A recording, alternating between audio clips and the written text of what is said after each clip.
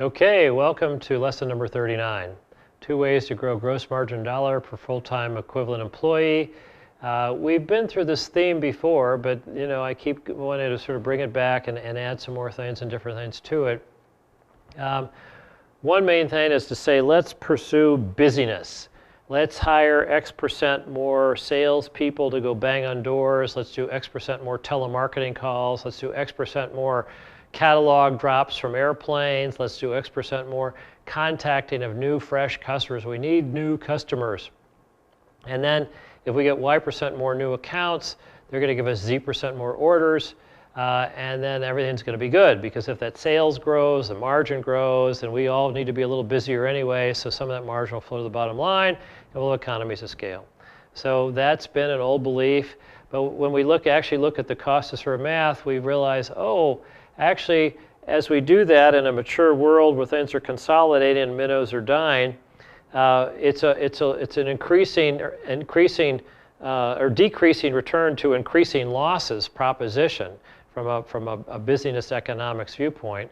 And over the years, we've accumulated a lot of very loyal, book price, self-employed minnows. Let me unpack that. I'd be loyal if you gave me more service cost value than you charged me for it. If I were a retired person and I could get on a bus and go an hour and a half to a casino and hang out at the casino for 3 hours and take the activity bus back to the nursing home, and I came in with a roll of $10 to make me last while I'm there, and I picked a casino, your casino, because you give me free drinks and a free meal, I love it. Of course, if you did the math, you'd say, wait a minute, I'm getting the Ted guy's $10 over 3 hours, and he's eating me out of house and home for a $30 bar tab and food. Well, that's, but by the same token, if the drug lord came in who wants to drop a couple $1 million and spend all kinds of money on his entourage, they come in and all they get is the casino, slots and a free drink and a free buffet. They're going to go to the guy who courts whales and puts them up in penthouse suites and everything else and gives them special gambling rooms, etc. So they've segmented the customers and they service them differently, as opposed to let's just treat everybody the same. So even though they're loyal and we're charging quote book price, we don't realize that on a value exchange equation, it's a loser. Now I keep putting self-employed minnows, and I want to make a difference between self-employed and an entrepreneur. I see an entrepreneur as somebody who's got a vision, they've got ambition, they're asking new good questions, they're innovating, trying new stuff, and they're trying to work on the business machine, the company they have. They're making an ever better machine to make it, find some niche, nail it, scale it, and make sure that it's throwing off real good free cash flow, all that kind of stuff. A self-employed person is just, they couldn't get employed by somebody else, they just started their own business and they just do what they do working in the business. And if they leave, they are the business. They really don't have anything to sell at the end of their story. And really a great majority of small businesses are just that. Now, if we look at all these little customers in our old-fashioned service model, we're really doing a lot like the old mom and pop gas station, the old mom and pop grocery store, as far as all these people-intensive service activities we're doing for them. And I have to ask, what happened to the grocery store? They lost out to the bigger scale place where people go out there and have their own grocery carts and do their own picking and so forth.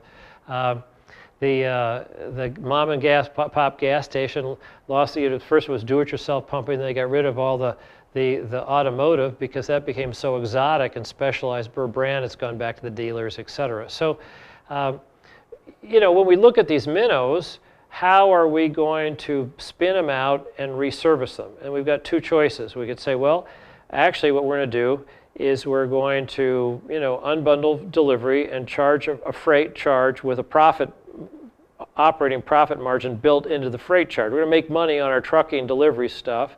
We're going to make money on the order. So we've got to raise prices, do some things.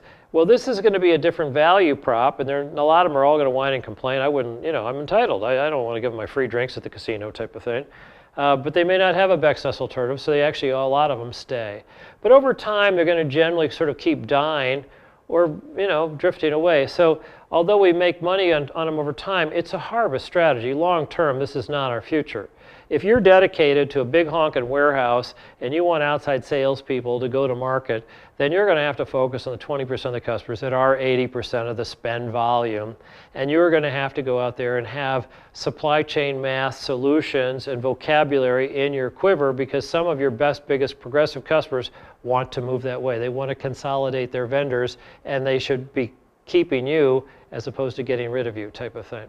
Now, you might say alternatively, well, wait a minute. What if I opened up another satellite branch over in a 4-lane commercial highway like a Fastenal store? And I call that a wholesale model. It's not retail space at the mall that's quite expensive lease. It's not your lease in the dirtball part of town where you have big honking metal buildings and no traffic. It's something in between. But knock off the Fastenal model, which is, do a few parking spaces in front, they come in, help themselves, they pay cash or credit card. The guy that runs the cash register doesn't really know much about any of the products, because they got too many products anymore to know anything about it.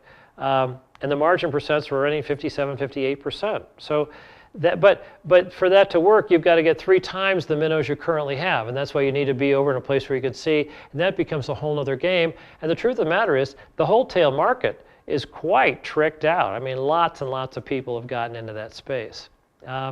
Or the second major option is to grow gross margin dollars per line and per order, and keep the same number of people. And the way we're going to do that is the same concepts I've been iterating over and over again. We're going to hyper-focus on our most profitable niches.